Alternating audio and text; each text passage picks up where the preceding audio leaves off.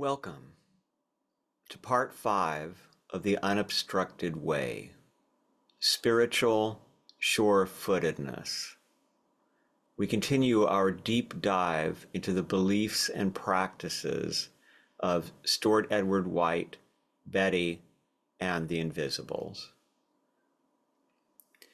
Betty says of spiritual contact, quote, "Keep in touch. Keep it near us all the time. It works when we are not thinking of it, if we only think of it once in a while." End quote. Here Betty described a very simple technique to help us develop and maintain spiritual contact. Quote, "The single thing I can get hold of today is the drabness of our life. Why don't we intensify it? There are not enough breathing spaces like parks in a city, not enough moments of susceptibility to happiness and well-being. It's not punctuated. It's all run together with the details of life.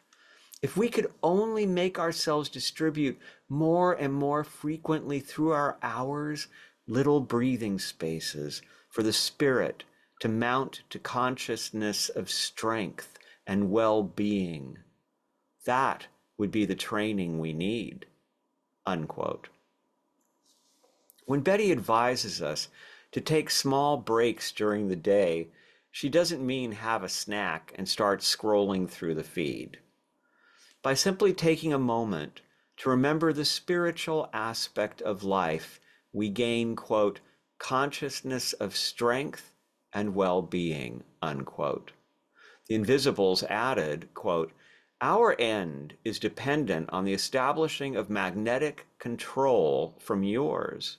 That lacking, misunderstood, or thrust aside by circumstances of life, the conviction or quickening contact is gradually dimmed, sometimes to the point of extinction," unquote. In other words, most human beings have no conscious spiritual contact. They are like rudderless boats lost in the shifting currents of daily concerns.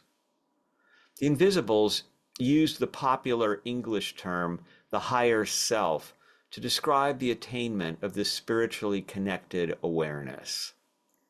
Quote, "The point toward which all this instruction trends is ultimate identification with your higher self. But first must come a vital effort to know that higher self, and a gradual training of your spiritual muscles to maintain it, once recognized," unquote. The monastic and aesthetic tendencies of influential religious traditions have given many people the idea that spiritual contact can be attained only by living a life of isolation and deprivation. Christianity and Buddhism in particular have characterized the pleasures of the world as distractions from contemplation of the truth. The Invisibles have a different view. Quote, "This does not mean that you should cease to interest yourselves in the multitude of activities all around you. People and books and experiences, these are hourly food. Take up more and wider interests. Grasp the joy of living. Mingle more with people. Proportion is key," unquote. This led the Invisibles to a consideration of the need for balance between the physical and the spiritual. Quote, "In our society, the physical dominates and the spiritual atrophies. But societies where the spiritual dominated the physical were equally harmful to human happiness and progress," unquote. While maintaining the balance between the physical and spiritual aspects of our lives is essential, the Invisibles advise us to make our main focus spiritual. Quote, Your major efforts should be in the recognition and cultivation and establishment of your inner being, the eternal part of you. The gradual growth and expansion of this eternal self is the major business of each day, whatever may be the pressure of obligations in your everyday life, unquote. The Invisibles described what spiritual contact actually feels like. Quote, the sensation of the inner psychic being is what we are after. Within every individual is a psychic core to which he can return in case of trouble. It is his enduring center, his seed that will endure. Search in yourself for this constant within. You cannot play on your outer surfaces and pretend that they are it, because they are not. Nor will you find it in your brain. Look for it rather in the region of the heart, or more accurately, the intangible sensations which have no organic position. Warmth is the nearest we can come to describing it, unquote. The concept of intangible sensations that have no correlation with any part of the body sounds like nonsense to those who haven't experienced them, but references to them can be found in yoga teachings involving the chakras, in theosophical explanations of the structure of the soul, and the acupuncture meridians. Stewart offered clarification of the kind of motivation necessary for such efforts to succeed. Quote, we must want to reach out in harmony with spiritual forces. That want, that desire is essential, and it is all that is essential as a point of departure. We are perhaps at first doing this only with our heads, but later it will unite with the rest of our beings, what we vaguely call our hearts, our souls, unquote. Stewart often used analogies from his experiences in nature to illustrate spiritual practices. Here he gives us a way of thinking about the shift in consciousness caused by spiritual contact. Quote, possibly a faint notion of the process may be obtained from analogy. Most people proceed through life, quote, busy with their own thoughts, unquote.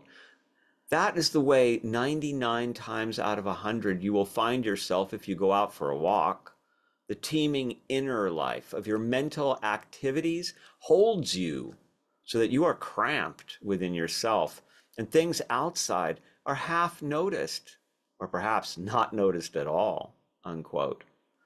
We are reminded again to stop and simply breathe until we notice what we previously ignored. Quote, birds singing, for example. A moment ago, you literally did not hear them. The line of trees on the hill, you sensed vaguely that they were there because you were staring straight at them, but the cast of them against the pale green sky behind, the light on their leaves, the curious molten look of their foliage in mass, those things simply were not, unquote. Some reading those words might think that Stewart is asking us to carefully observe every object around us, so he clarifies the nature of this subtle experience. Quote, by this shift of attention, I do not mean a detailed intellectual appraising of the surroundings, a cataloging or an enumerating of features and species and lines of composition. That is a special job. I mean simply the expansion that is a result of the shift from a busy mental concentration within to a voluntary wide opening to influence from without, unquote. Stewart describes this as, quote, a simple form of spiritual contact, unquote. As we have seen, it also relates to Betty's concept of how to begin prayer, by opening ourselves to appreciation of life and the world around us. Stewart admits that we can choose not to cultivate appreciation and spiritual contact, but he has harsh words for those who make that choice. Quote, if you want to shut the window and be relaxed into unoxygenated irritability of lesser life, you can. It is no sin. It is just your own loss. It is just ignorance of vision, the triumph of old habits, a deliberate delaying of your progress. You can always stay in your hall bedroom of the universe and contemplate its ill-furnished stuffiness, fixing your mind firmly on your cramped condition of life. That is your prerogative. But if you do, you belong to the spiritually illiterate, unquote. If we do not practice spiritual contact, the invisibles warn us, we face consequences. They compare to the famous statue Laocoon and his sons, which depicts enormous serpents strangling a father and his children. The preoccupations of the lower self paralyze and slowly strangle us. But we are told the cure. As spirit absorbs experience, it dissolves obstructions. The invisibles explained, quote, this wonderful transmuting, absorbing substance is what you set in action by spiritual contact. Once set in action, you cannot stop it. It is bound to act, to consume. The more faith you have in it, the more powerful it is. Oh, well, you could never fully utilize this power until you had first destroyed all your own earth conventions and limitations. If they were really destroyed, so they could not dilute with doubt, then you could utilize the full power of the Spirit, unquote. We see in many religious traditions this idea that faith, or the absence of doubt, can move mountains. But who has achieved the level of certainty required? Freedom to heal. Near the end of the Unobstructed Universe, Stewart shared a communication from a doctor looking at the world of medicine from the unobstructed point of view. Quote, this doctor, dead these many years and a great friend of Betty's, spoke to us infrequently, but here is a sample of the sort of thing he had to say. Quote, all sickness in your obstructed universe existence is nothing but a maladjustment of frequencies. All consciousness is in the entire universe has a degree frequency. The individual consciousnesses of the various organs of the body each have their individual frequencies, unquote. He then explained that what made the drugs he prescribed effective was their individual frequencies. Quote, in the obstructed universe, I employed certain drugs, which were themselves really lower degrees of consciousness, each with its own frequency, to stimulate or retard frequency in higher degrees of consciousness, as manifested in the human organism, unquote. The doctor goes on to suggest that future medicine will be more concerned with frequency adjustment than scalpels. The Rife Universal Microscope, RIFE, was invented to pinpoint such frequencies. Rife claimed to have identified the frequencies of many diseases. Today, Rife machines are sold that claim to correct frequencies, though they have nothing to do with Rife, except as inspiration. I suggest Stephen A. Ross's book, if you're interested in the Rife microscope.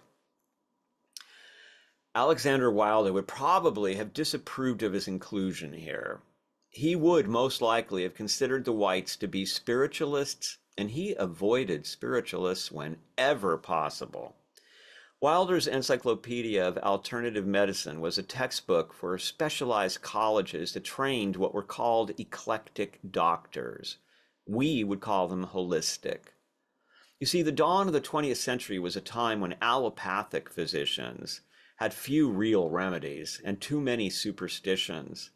Eclectic doctors used herbal cures. When making a diagnosis, they considered the living and working conditions of their patients and their psychological and emotional health. Eclectic medicine may have laid the foundation for holistic, but its institutions disappeared under legislative pressure orchestrated by the American Medical Association. Wilder has gifted us with some important insights about health and wellness that agree on all points with the observations made by the Invisibles, although we have no evidence that the Whites ever encountered Wilder's work. In 1906, less than 2 years before his death, Wilder wrote in Metaphysical Magazine, quote, "We have shown the power of imagination to occasion disease and death. There is such a thing as destroying individuals by mental operation. This far from being a vagary. There may not be necessarily any ill intention, though such intention may have the same influence, but an apprehending of calamity sometimes operates magically upon individuals. If there should be a strong wish in that direction, it would be very sure to have influence, unless the individual had vital energy and force of will sufficient to cast off the pernicious influence," unquote. Among the superstitious, the evil eye is a common fear, and various charms are prescribed, such as red coral and the hand of Fatima. But Alexander Wilder is talking about the power of thoughts and emotions to create reactions in bodies. He gives an example of how a person's health can be ruined by well-intentioned people. Quote, "When a person, one who is more or less dependent, is held back from a cherished purpose because of some abnormal apprehension on the part of others, and so is held back when he may properly do something or pursue some object that he wishes, then such morbid carefulness directly impairs vital energy. All conflict of mind wears and exhausts the powers of the body. The conception of evil which exists in the mind of the one may be instilled into the other and produce disorder and mischief. There is a killing with kindness as well as with malice," unquote. Gaelic, the invisible with whom Stewart communicated most after Betty's return to the Unobstructed, warned that possession by disembodied spirits is not as common as possession by the living. In other words, how many of us are forced to surrender our true missions in life because someone has taken it upon themselves to make us conform to their vision of what is best for us? Gaelic says, when we start to wake up from that kind of a possession, we may feel that our past was lost and our future prospects are bleak. But that is because we have no sense of our destiny yet. As we heal, the lessons we learned will prove valuable. As our true life returns, opportunities open and new horizons appear. Gaelic promises our futures can be much brighter than we can imagine when first recovering from the spiritual equivalent of being locked in a small cage. In our technology-saturated culture, constant surveillance of self and others can create an unhealthy approach to living, a condition described by Wilder over 100 years before the digital age. Quote, "In daily life, there are so many injured and even driven to actual death by overmuch anxiety and carefulness that there is much need also to acquire what we may call the knack of wholesome neglect. Take away from individuals the consciousness of being constantly watched for slips of misconduct or bodily infirmity. We should keep carefully out of our thoughts The notion that this person or that is ill or liable to become so, lest we inoculate him with the same impression and so create the very condition which we are seeking to avoid, unquote. The Invisibles redefined the word freedom. Quote, one of the finest things in the world today is the desire for freedom, but in its name there is so much blind and destructive effort, unquote. Freedom, they tell us, is a self-controlled awareness, acting harmoniously with the forces all around it. The more we work with our higher consciousness, the more we become aware. Greater forces are revealed that we can cooperate with to achieve still greater freedom. What can we know about this greater freedom? The Invisibles elaborated. Quote, look for a moment at the usual misapplication of the higher consciousness. A little nugget of spiritual substance is captured by some mind and hoarded, separated from its own source of life, sealed up in human selfishness. It begins at once to deteriorate. One's function is to help conduct a flow, not to steal a cupful of something and run away with it, unquote. But this is the nature of life in the obstructed. The Invisibles explained, quote, the action of the earth consciousness is constantly toward closing channels after they have been opened. You get hurt sometime, and then you seal off that avenue. You don't succeed somewhere, you stop trying in that direction. You pretend you do not like and do not want something you cannot have. Thus, commonplace living becomes a progressive sealing off of channels that should be free-flowing. The effect is similar to that of closing bodily pores or stopping bodily circulation. It is the pursuit of this course that has thrown the world into its present diseased condition, unquote. The lack of such awareness is as disastrous as its attainment is sublime. The Invisibles remind us how exhilarating it can be. Quote, it is the greatest of all sensations, this alignment with what might be called the great doing, this alignment of oneself with it, not merely to feel passively the flow, but to try out one's allotment of it actively and enthusiastically, unquote. Healing is one of the many benefits promised by this alignment. The Invisibles provided a healing meditation that anyone can practice. Quote, resting easily in this state, you will first direct your attention to the universal life force. Think of it as a river connected with a bloodstream in your body, a constant vital current flowing all through you, not fast, but in the rhythm of a river. You do not think into existence the process of the vital flow by any applied effort of the imaginative will. It is more as though you simply noted the fact, unquote. In the Betty book, Betty described the power of the soul to refine, harmonize, and heal the body. Quote, I am living in a body. I must fill the body until it becomes just a thin clothing for the spirit. The bodily self is produced by bodily limitations. As soon as you know your spiritual self, you can begin absorbing your bodily self, unquote. But this does not mean all boundaries are dissolved. Betty continued, quote, you do not destroy these walls. You must have them. They become translucent, so you can shine through them.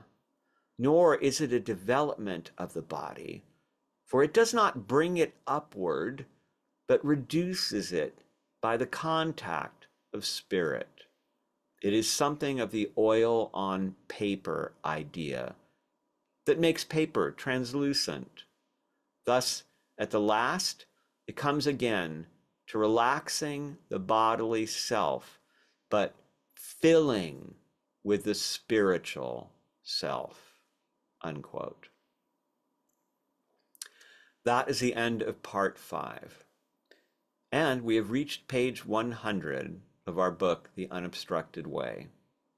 Next, we have part 6, Aging and Other Neanderthal Superstitions. And that will include looking at something called spiritual anemia. Part 7 will discuss the meaning of life, not the Monty Python film. Tamra and I hope that you've been inspired by this and that you will return to enjoy later episodes of the story and of the teachings. And we ask you to subscribe if you like them so that we know that you want more of them. And please share them and give us a thumbs up if you feel it. Thank you so much for spending a little time with us. We hope that this brings you a clearer perspective on just how powerful and how life-changing spiritual contact can be.